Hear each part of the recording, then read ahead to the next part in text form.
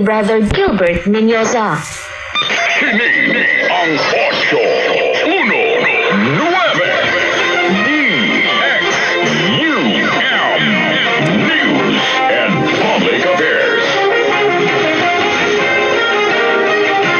Sa Davao City, 8-1-9 DXUM.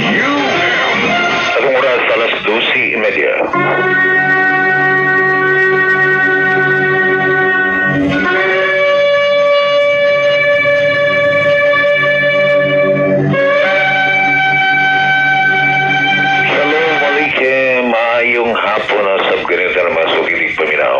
Welcome to the Balikibro program din sa DXUM Radio Kay 819 kHz sa oras alas 12:30 ang tulalaw na sapon Lunes ang Adlaw Sabado Finis Moria Azaria Gilbert Menyoza ang Pacifica Lawak Engineer Julius Luzon Roy Johnson Station Manager magatibayo kanang tanan 0929-311-3484 Kaigsunan kaninyong protocols sa online classes ang online classes ipagayan na to Sabado sa gabi o sa Miyerkules gabi. Kung kita ay umabot na special class ipagayon sa Domingo na sa ako ang nadungog no, 4:30 or alas 4 sa hapon sa Jerusalem and then alas 10 sa tuwa sa gabi. Okay, ako lang i-confirm ni kay mo send ako link na kaninyong tanan nga nag-join sa itong online classes na magtudlo na og sharing si Rabbi Baruch Simcha. Okay? Free ni siya mga kigsonan. So, paabot lang mo na kay send ako ang link og alang sa Matagusa doon kita umabot nga kahit annual assembly karong umabot nga January 4 na January 4 doon kita assembleya alas 9 sa puntag na Domingo na siya therefore niya lang natin sa walay gathering na sa Tagum City karong Domingo karong Domingo pero pag gabi alas 7 naman to namin sa airport di Surat Hashem kay mo adto sa Usamis City kung adto sa Usamis mag-connecting flight na via Cebu og kapoy magod kayo mag-drive no mga 12 hours 11 to 12 hours mag-drive padulong sa Usami City medyo kapoy dyan siya so manang mag-plane lang okay medyo less ang stress although doon ay gabi nga di pa wala pa yung tarong tulog kay alas 12 ang flight unya watutag airport mga alas 10 so pa alas 10 Surat Hashem pag-abot nato sa Cebu mga matang nato alauna imidya or alas 2 unya mo flight na pag alas 6 so dili na takahawa sa airport kaya magulat na alas 6 so medyo stressing no pero anyway tungkol sa mga obligations na angin na to tagaan o pagtagan so parang siya tungkol doon tayo wedding ngay pegayon sa may Clarin gikan sa Usamis ang venue na nasa siya sa Clarin 20 minutes lang gikan sa Usamis City so lahi na siyang town lahi na siyang municipality okay kagahapon doon na sa kitay gipahigayon nga pura teaching nga itong gipahigayon dito sa clan sa mga Dalampines Samlang North Cotabato Baruch Hashem samtang ang atuasab nga conference nga gipigayon natong Martes Pizza 23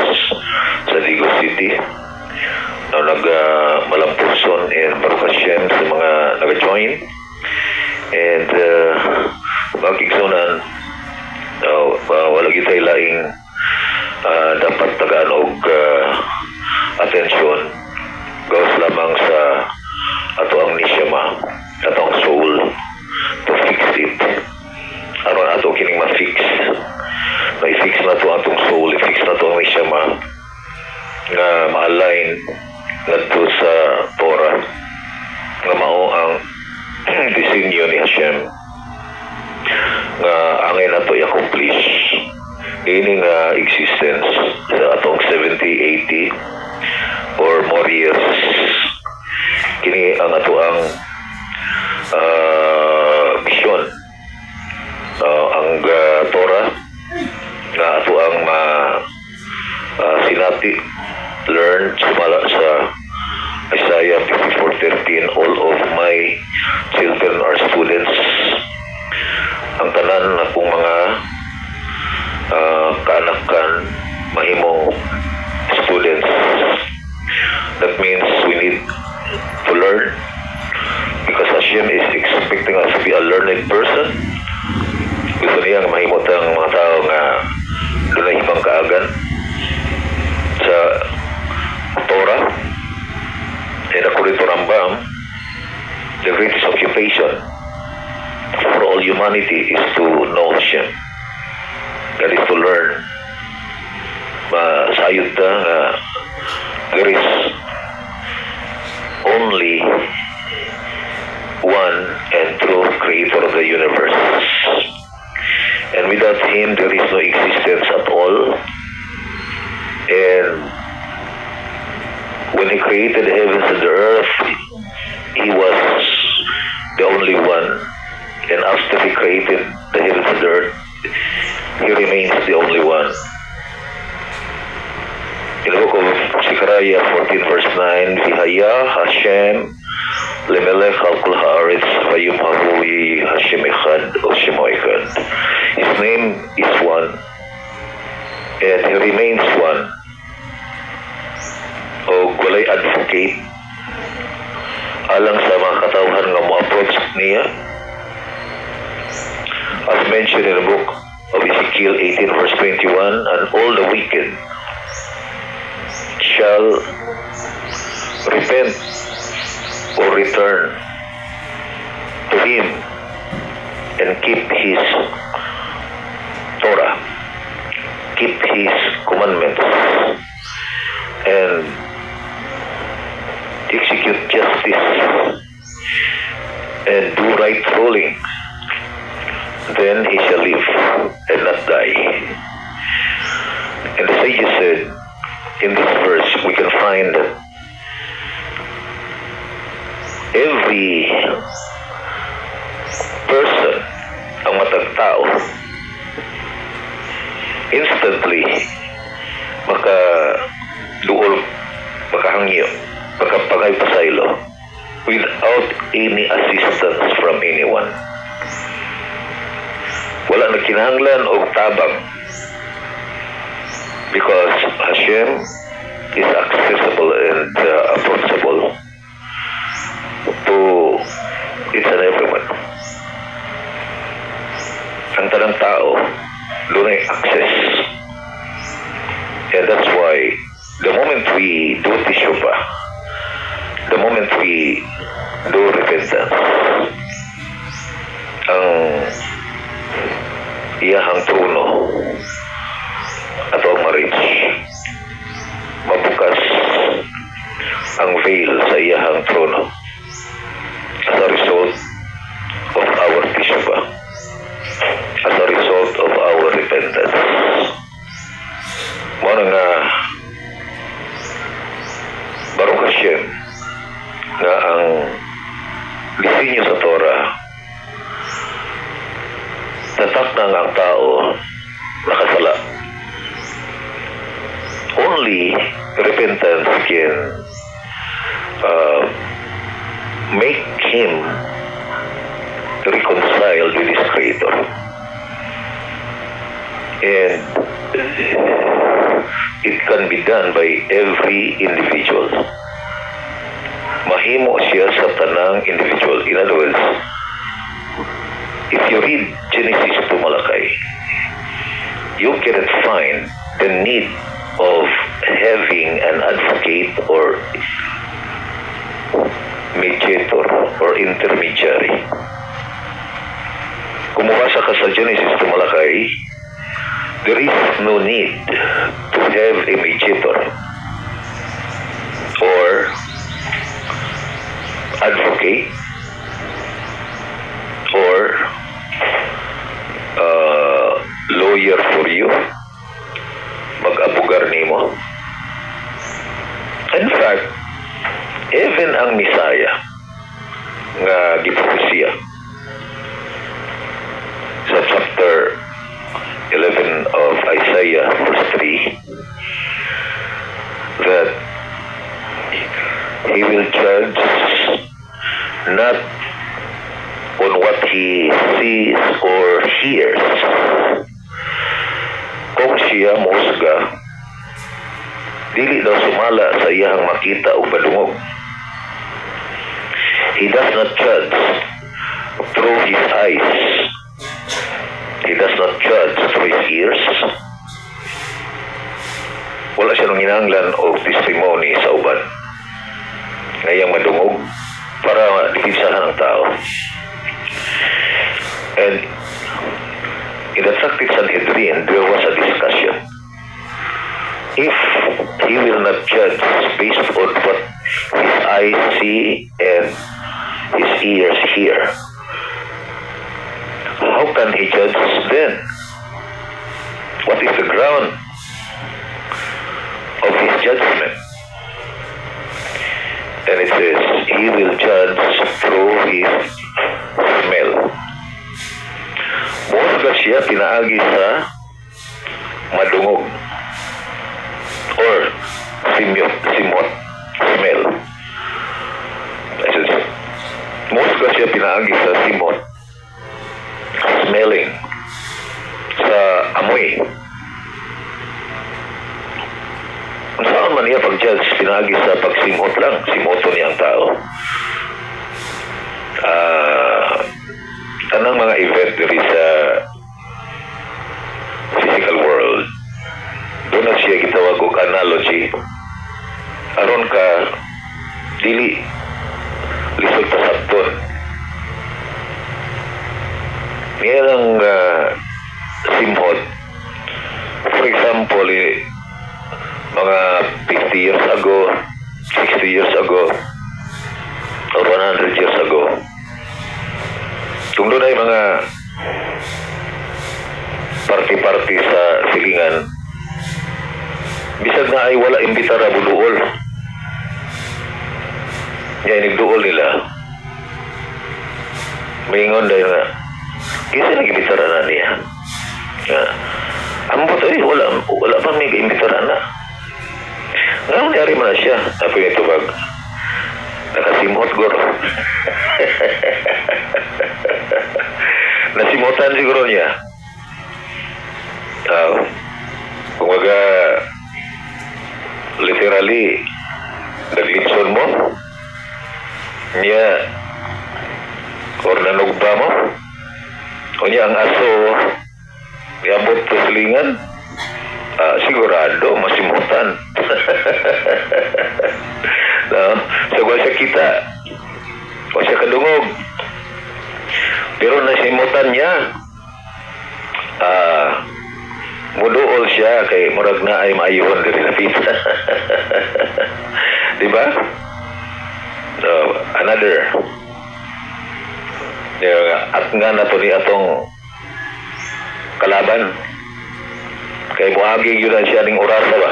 Mura pag ang iyahang naandan ba? Pattern. Karon sila katang tingala sila ka nahurot namang oras na ilang i-expect. Wala man ni Agi. Kasi wala lagi ni Agi. Ni mga pag-isa, nakatibaho guro.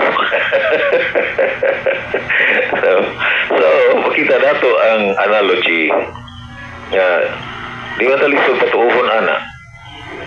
Kaya kita mismo may gamit man ana. Yung ana po ang judgment wa kinahanglan og alibay, justification qualification, abogado, o kinahanglan og mediator, intermediary. Why? Because he will judge through his smell. Musga siya pinaagi sa pagsimhot, panimaho. Okay?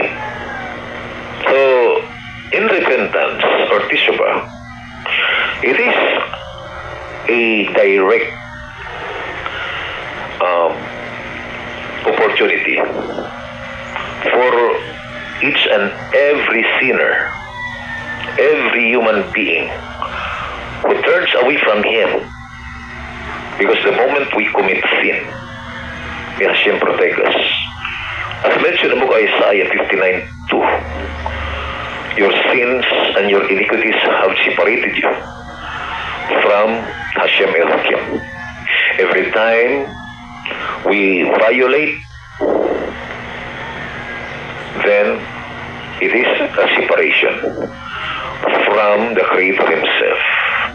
And the only way for us to get reconciled is to do teshuvah. And teshuvah, which is translated as repentance, the root in Hebrew is shov, that means return. Teshuvah means return to the source. Hashem is the source of all the neshama. Genesis 2 verse 7. He is the source of our breath, the source of our soul that made us exist. And since He is the source, we are all sparks of Him. And the moment we violate, we become separate from Him. And the only way for us to get reconciled is to do teshuvah. Because teshuvah is returning in Hebrew. And the moment you do teshuvah, there is a reconciliation. There is forgiveness. If you do complete teshuvah, kung ikaw magahimo o complete teshuvah, ano sa manang complete teshuvah? Complete teshuvah means you rectify and you correct your past and make or resolve never to do it again. Because true teshuvah is saying that I will not do it again. I will not do the same transgressions again. I will not do the same sin. And I resolve to fix my life. I resolve to do His will. Ako fix akong kaugalingon na mo perform ko sa iyang commands. O dili na nako balikon pa pag-usap ang mga butang akong gihimo sa pag-violate sa iyang sugo.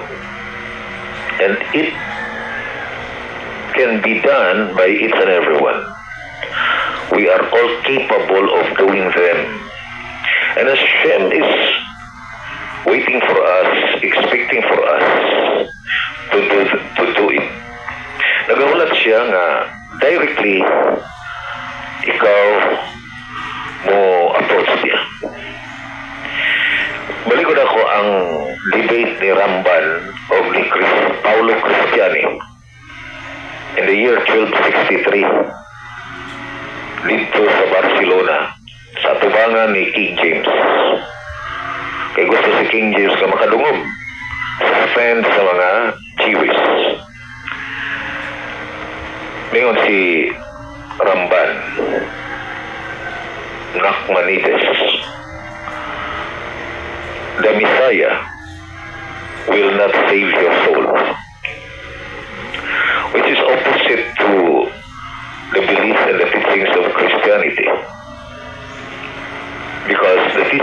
Christianity is the Messiah is the Savior. But as far as the Torah is concerned, the Tanakh is concerned, you cannot find a verse that the Messiah will save the soul of the sinner. So the question was raised, who will save you then? Mingon si King James. Kisa may uluwas nimo. Kung dili ka luwas ang Misaya sa atong kalag, kisa rin muluwas nimo. Ang tubag ni Ramban, your repentance can save you. As you repent, return to Hashem, who is the Savior, the only Savior. As mentioned in Isaiah 43:11, Anoche Hashem, ve'in mivladai b'sheh. I am Hashem, and besides me there is no Savior. Si Hashem lang ang manluluwas. O kung sa radyod ang Savior, si Hashem radyod. Nga maong naghimo sa langit ug sa yuta. Maong naglalang nimo. Kasi maong naghatag og system to guide you what to do on earth. Kung unsay angan imong buhaton ining kinabuhi. Si Hashem lang ang naghatag nimo ni ana. Kung tungod kay siya man ang nag-create nimo, spark kaniya ang naa nimo ang imuhang ni Shama. It is a spark from Him. Therefore, si Hashem raman ang musave nato. Siya lang manluluwas. O wala nilain pa. And our tisuba, our repentance matters most. Tungod kasi siyang nakasala ang tao, mitalikod siya. O nasiparate ang tao sa iyang Creator. And through tisuba, mauni ang makapabalik niya. You cannot even find from Genesis to Malachi nga ang dugo sa tao makaluwas sa taong nakasala. You cannot even find it. Dili ka kakita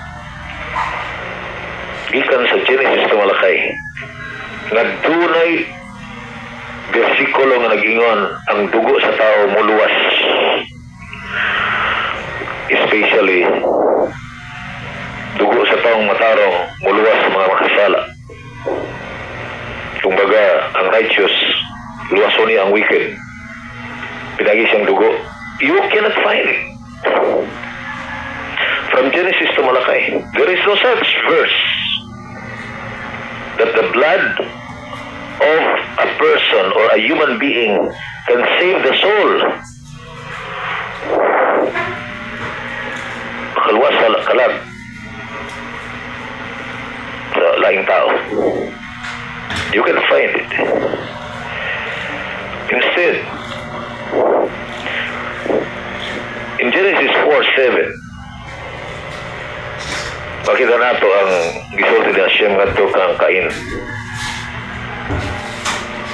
After nga wala dawata ang iyang sacrifice, Hashem said, if you improve yourself, you shall be forgiven.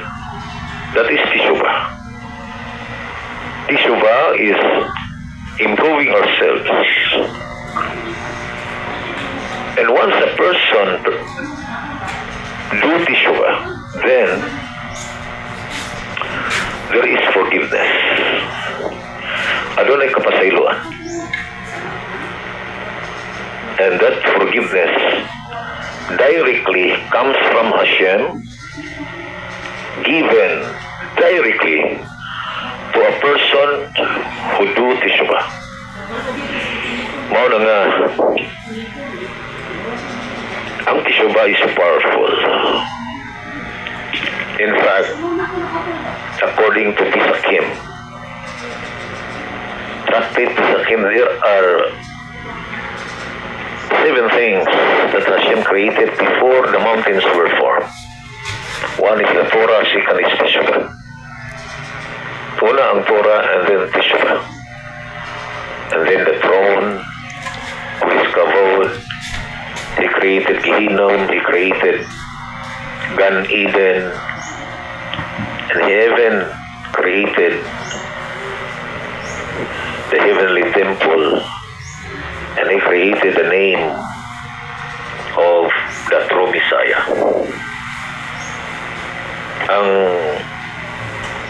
Teshuvah is so powerful.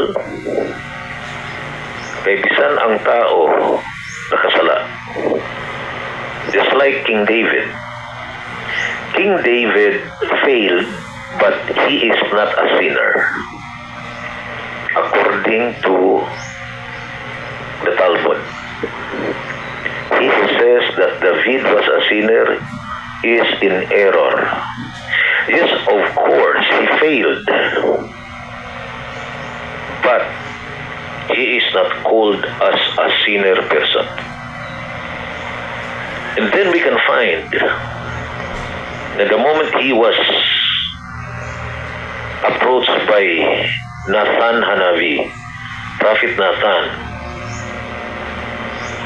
na nakasala ka, and then David said, nangay ko pasaylo. Pasaylo na ko ni Hashem sa akong nahimo. And then yun si Nathan, Hashem has forgiven you.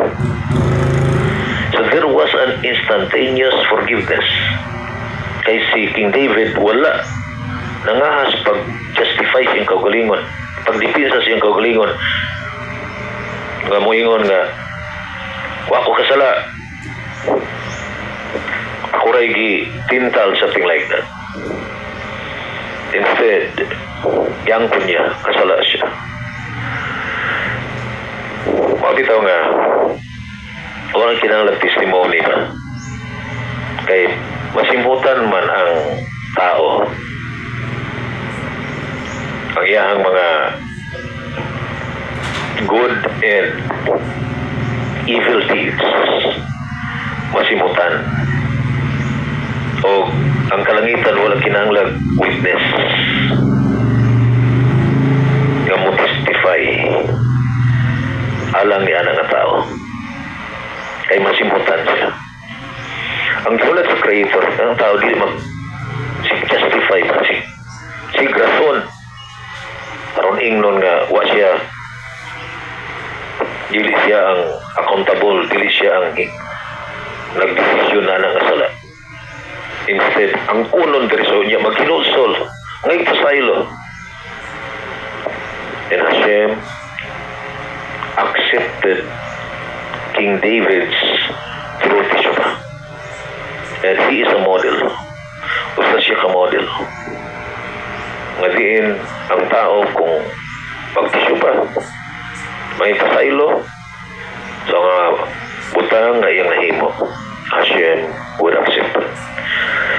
O wa na kinahanglan o advocate, wa kinahanglan o tabang sa kinsa.